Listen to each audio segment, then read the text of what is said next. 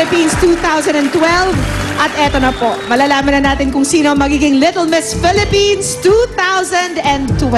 Pero bago po ang announcement of winners, eto pa ang isang tatak Eat Bulaga. Aba, Mr. Pogi 2012. Malapit na po yan. Kaya sa mga talented and good-looking males, kailangan ba good-looking talaga? Pwedeng feeling good-looking na lang. Eh, no? Marami sa kanila ganun. Yeah, mga talented and good-looking males sa 16 to 22 years old, pwede kayo mag-audition this Monday sa Broadway Centrum 3 to 5 p.m. at dalhin ang requirements na nakikita nyo sa ating mga screens.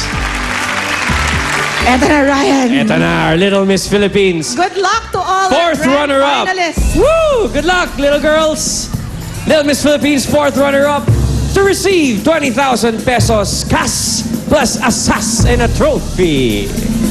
To be awarded by Julia Clarete and Pauline Luna. Our fourth runner-up, garnering an average score of 87.3%. Fourth runner-up is Precious Angel Asea Delda from Valenzuela. Congratulations, Precious. You are our fourth runner-up.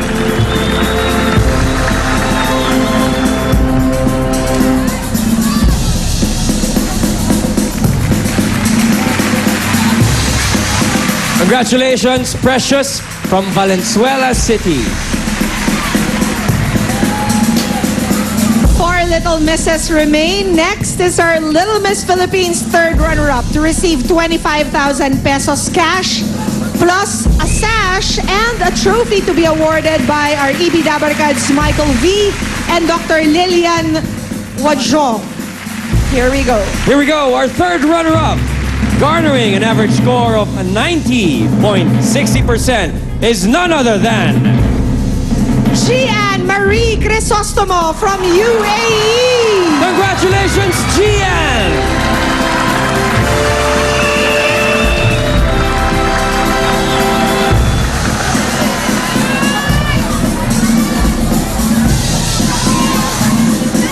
Congratulations, Gian from Abu Dhabi.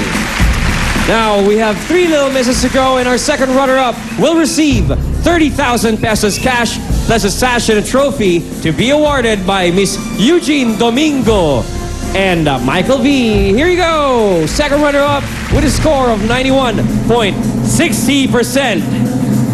Congratulations to Jenna Marie Mierens from Lanao del Sur. Congratulations, Jenna!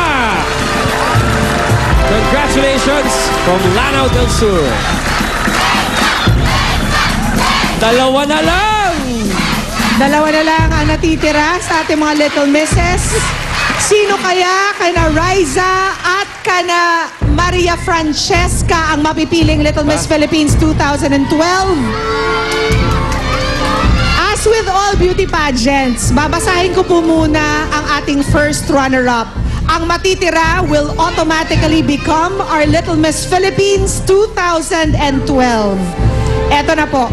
Okay, lilinawin po namin, ang unang pangalang aming babasahin, yun po ay ang first runner-up, kaya automatic na panalo na po ang matira.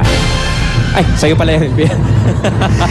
Our Little Miss Philippines first runner-up to receive 50,000 pesos in cash, a sash, a trophy, and to be awarded by Miss Judian Santos Agoncillo and Miss Eugene Domingo.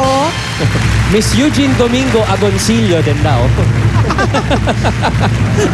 Okay, Little Miss Philippines first runner-up is none other than With an average score of 93.90%, congratulations to candidate number 5, Maria Francesca Rojas of Cebu. So our Little Miss Philippines 2012 is Riza May Tizon, candidate number 9. Congratulations, Riza from Angeles, Pampanga. to be awarded by Miss Lucy Torres Gomez and Judian Santos Agoncillo. Congratulations, Riza. You win 100,000 pesos worth of Pangkabuhayan Showcase from Pure Gold and 200,000 pesos in cash. Congratulations, Riza! You are Little Miss Philippines 2012!